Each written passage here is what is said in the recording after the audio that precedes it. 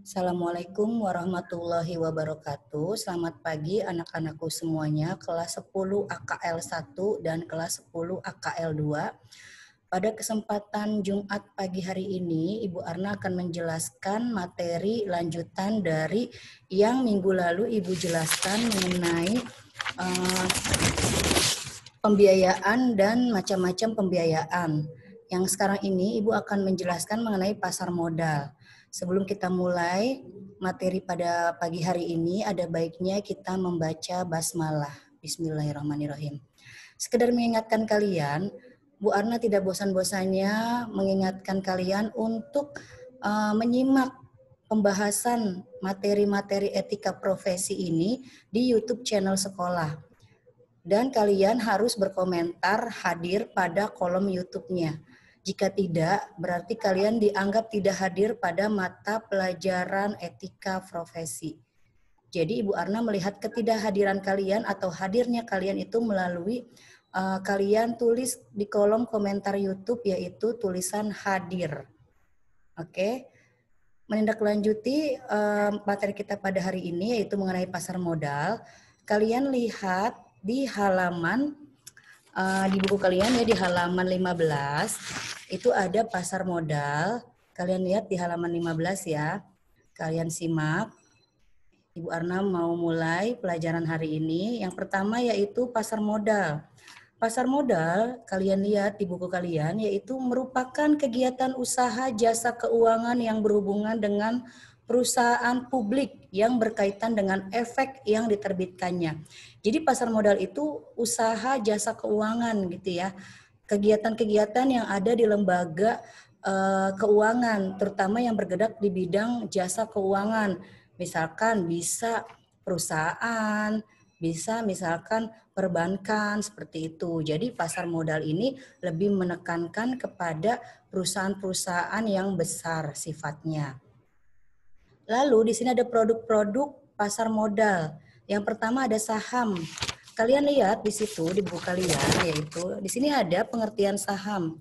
Saham itu ya berarti tanda bukti kepemilikan atas suatu perusahaan. Jadi kalau misalkan kalian nih punya perusahaan, nah kalian nih sebagai ownernya atau pemiliknya pasti kalian punya saham, tanda bukti berupa surat ya. Berupa surat. Ini contohnya seperti ini namanya saham. Di sini contohnya sahamnya ini sebesar 20 juta rupiah. Berarti ini saham yang dimilikinya adalah 20 juta rupiah di perusahaan tersebut. Misalkan ada lagi saham yang kisarannya cukup besar, misalkan 200 juta atau bahkan 1 miliar pun itu ada.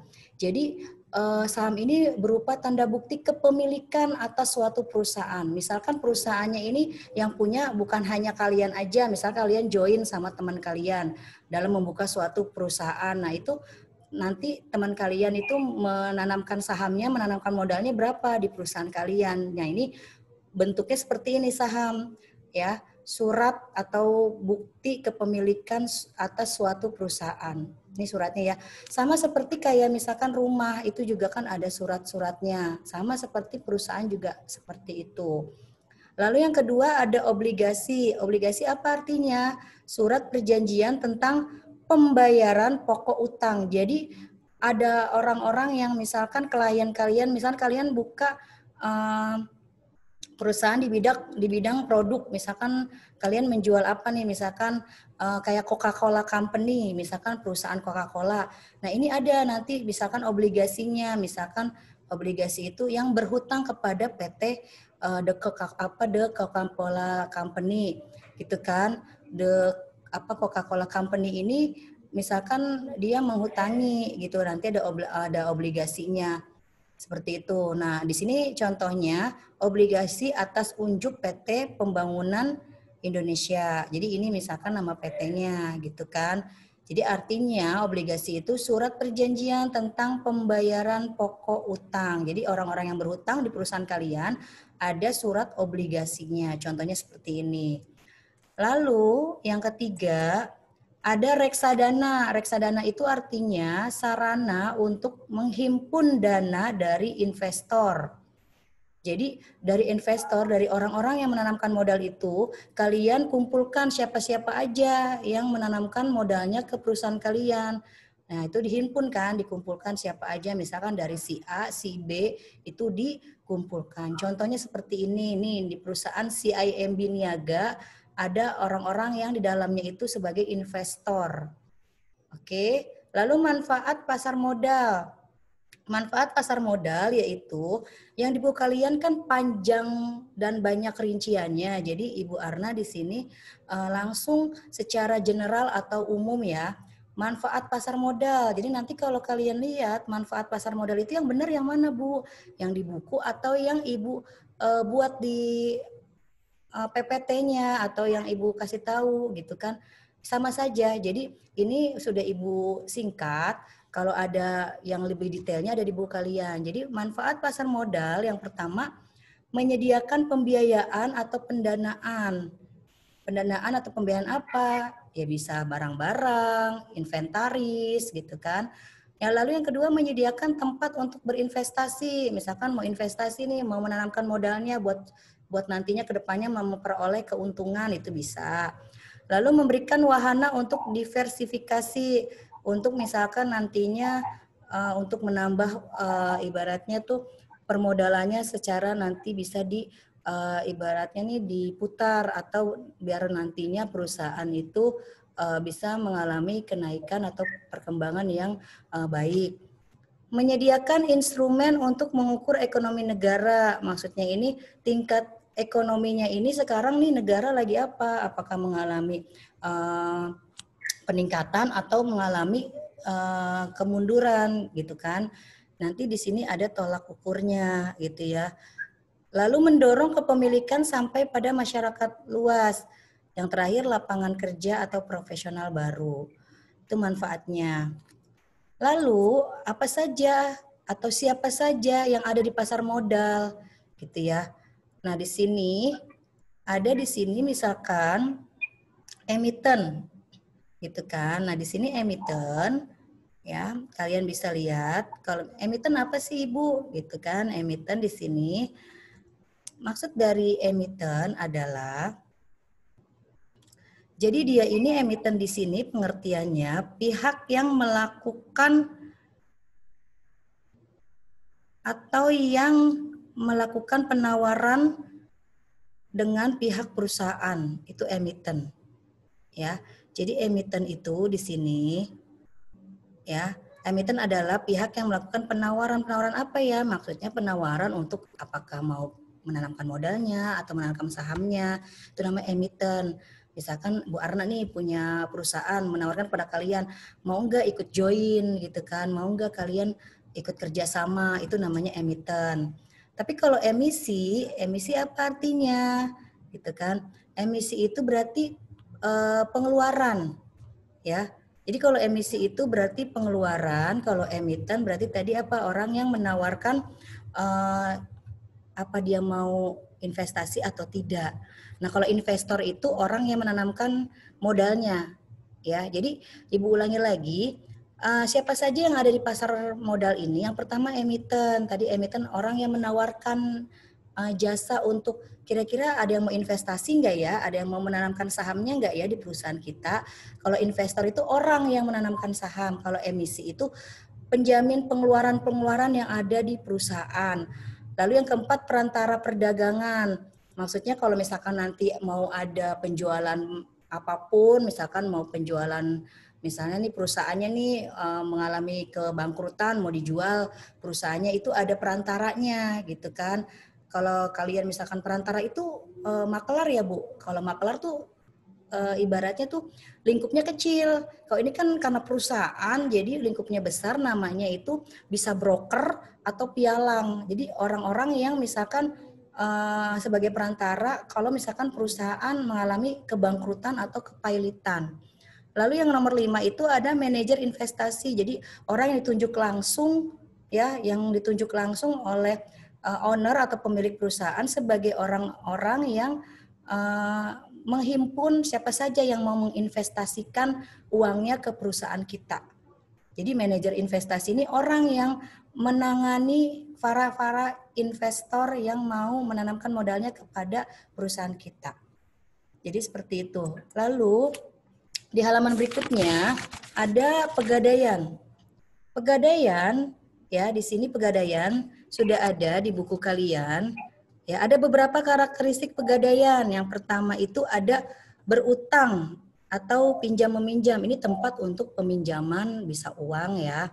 Nanti berbagai macam di sini jaminannya. Lalu ada jaminan berupa benda bergerak. Misalkan apa yang dijaminkan, entah itu emas, itu kan, itu bisa entah itu misalkan kalau surat-surat berharga, misalkan mau menjaminkan motornya, yang pasti itu misalkan jaminannya itu surat-surat berharganya yaitu BPKB-nya. Lalu ada jaminan utang terbatas pada barang yang diserahkan gitu ya. Terus ada benda gadai dikuasai penerima gadai. Jadi nanti hak mutlak jaminannya itu berarti ada di pihak pegadaian. Lalu ada perjanjiannya, otomatis ada akadnya ya, ada surat perjanjian setelah nanti berkas diterima, lalu sebelum nanti pencairan dananya itu pasti ada surat perjanjiannya, mau berapa lama, kurun waktunya, jangka waktunya itu pasti ada. Lalu di pegadaian ini kita kenal ada keunggulannya. Keunggulannya apa sih pegadaian itu? Lihat di halaman 17.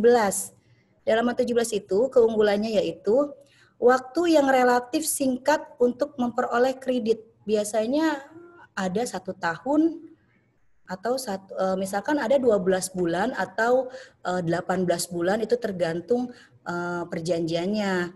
Berapa bulan yang ingin kalian sepakati. Lalu persyaratannya juga sederhana. Sekarang ini persyaratan tidak seperti dulu kalau kita mau mengajukan pinjam uang itu berbelit-belit dan banyak sekali berkasnya. Kalau sekarang sudah diperkecil, mengerucut, sudah simpel. Paling hanya KTP dan kartu keluarga. Lalu biasanya ada nanti pihak lain yang mendatangi rumah untuk survei, seperti itu biasanya. Lalu di sini ada yang ketiga, barang yang digadaikan dijamin keamanannya, keunggulannya ya. Jadi terjamin keamanannya karena dia punya ibaratnya tempat atau wadah untuk menyimpan jaminan-jaminan tersebut, jaminan-jaminan dari si konsumen yang memakai jasa pegadaian. Jadi tidak usah khawatir jaminannya itu hilang atau mudah kena bencana atau musibah. Lalu yang poin B, besarnya jumlah pinjaman. Di sini ada besarnya jumlah pinjaman tergantung nanti biasanya jaminannya itu. Nilai dari barang jaminannya itu biasanya besarnya jumlah pinjaman itu tergantung biaya atau tergantung besar kecilnya barang yang dijaminkan. Itu ya. Lalu barang jaminan, di sini ada yang barang jaminan yang termasuk ada di pegadaian itu ada perhiasan emas dan berlian, ada kendaraan, ada barang elektronik, misalkan laptop, ada handphone, itu seperti. Lalu ada misalkan sini mesin apa, misalkan mesin apa kira-kira yang dijaminkan biasanya kalau misalkan di ini ya di apa? Di pegadaian ya. Sebenarnya sih mesin ini termasuk seperti elektronik. Dia berupa misalkan bisa mungkin ada televisi gitu kan dan lain sebagainya. Lalu ada peralatan rumah tangga juga barang jaminannya. Misalkan peralatan rumah tangga berupa apa? Bukan berupa panci atau apa ya, maksudnya yang paling tidak ada harganya lah gitu kan, ada nilai nominalnya yang berharga gitu ya, peralatan rumah tangga seperti apa. Lalu produk pegadaiannya ini ada gadai konvensional. Konvensional itu berarti masih manual, biasanya nggak online gitu ya, kita datang langsung ke kantornya. Lalu di sini ada produknya juga penyaluran pembiayaan, ada gadai syariah. Jadi dia berbasis bukan bunga tapi bagi hasil. Lalu ada secara di sini ada secara tunai dan angsuran. Misalkan kalau angsuran berarti berapa lama dia akan membayar cicilannya itu sampai kurun waktu yang ditentukan. Lalu ada di sini aneka jasa yaitu ada jaksa taksiran. Taksiran itu perkiraan, misalkan kamu mau gadai emas, gadai emas batangan. Nah, taksirannya itu berapa per gramnya atau berapa per karatnya seperti itu. Jadi ditaksir dalam arti dikira-kira berapa besarnya gitu. Lalu ada jasa titipan. Maksudnya titipan itu biasanya mungkin tidak begitu lama, nanti bisa kalau sudah ada uang diambil kembali. Lalu ada lagi jasa sertifikasi batu mulia, misalkan kayak tadi ya, contohnya ada misalkan emas batangan gitu kan, terus batu mulia mungkin selain berlian ada yang lebih berharga dari itu. Lalu jasa-jasa keuangan lainnya, seperti itu. Nah, lalu yang ada selanjutnya yaitu dana pensiun ya. Dana pensiun itu di sini ada nih beberapa pengertian pensiun. Pensiun itu berarti yang ada di buku kalian halaman 17. Pensiun itu berarti berhenti bekerja karena mencapai usia pensiun. Biasanya berapa tahun? Kurang lebih 60 tahun. Tapi terkadang bisa nantinya seiring waktu akan menurun. Misalkan nanti bisa 55 tahun. Jadi tergantung nanti biasanya kebijakan pemerintah juga seperti itu. Jadi dana pensiun itu juga diperlukan oleh orang-orang yang sudah lansia, yang sudah lanjut usia, dan dia tinggal menikmati hasil yang dia dapat di masa tuanya. Lalu di sini ya contoh-contohnya ada di buku kalian. Dana pensiunnya apa sih gitu kan? Di sini ada berupa taspen. Ya, di sini ada taspen, ya dana pensiunnya. Lalu ada di sini asabri. Kalau asabri ini berarti yang bekerjanya itu sebagai misalkan tentara, itu kan jadi bisa dapatnya namanya asabri. Kalau taspen biasanya orang-orang yang kerjanya di instansi pemerintah, misalkan kayak BUMN, Badan Usaha Milik Negara, atau dia yang sifatnya tuh pegawai negeri sipil gitu ya, PNS-PNS. Nah, kalau asabri ini dia dana pensiunan yang dimiliki oleh lembaga tentara gitu ya, lembaga aparat seperti itu asabri. Nah, terus lalu ada di sini BPJS Ketenagakerjaan, biasanya ini untuk yang swasta, yang perusahaan swasta, misalkan itu ada BPJS Ketenagakerjaan, misalkan kerjanya di PT ABC atau PT apa, itu dia dapatnya BPJS Ketenagakerjaan. Ada lagi misalkan di sini perkumpulan ada DPLK, dana pensiun lembaga keuangan, misalkan kerjanya di perbankan itu bisa. Nih ada contohnya Mandiri DPLK, BRI DPLK, CIMB DPLK seperti itu. Jadi kalau yang taspen ini khusus di PNS atau pegawai negeri sipil yang pemerintahan kerjanya. Kalau yang asabri yang aparatur-aparatur pemerintahan, misalkan kayak ABRI, kayak tentara seperti itu. Kalau BPJS Ketenagakerjaan berarti untuk lingkup perusahaan yang ada di swasta, PT-PT gitu ya, misalkan PT apa deh, misalkan kerja PT apa, nah itu ada PT-PT-nya. Misalkan kerja di PT Coca-Cola Company, nah itu biasanya ada BPJS Ketenagakerjaannya dapat seperti itu. Pensiunannya itu tercover di BPJS Ketenagakerjaan. Nah, kalau yang di DPLK lembaga keuangan contohnya kayak perbankan. Nah, kalau Jiwasraya berarti contohnya dana pensiun pemberi kerja. Ada ya di situ kan dana pensiun pemberi kerja, berarti ini Jiwasraya. Oke. Ini contoh-contohnya dari dana-dana pensiun. Kiranya materi kita pada hari ini sudah selesai. Kurang lebihnya Ibu mohon maaf. Wassalamualaikum warahmatullahi wabarakatuh.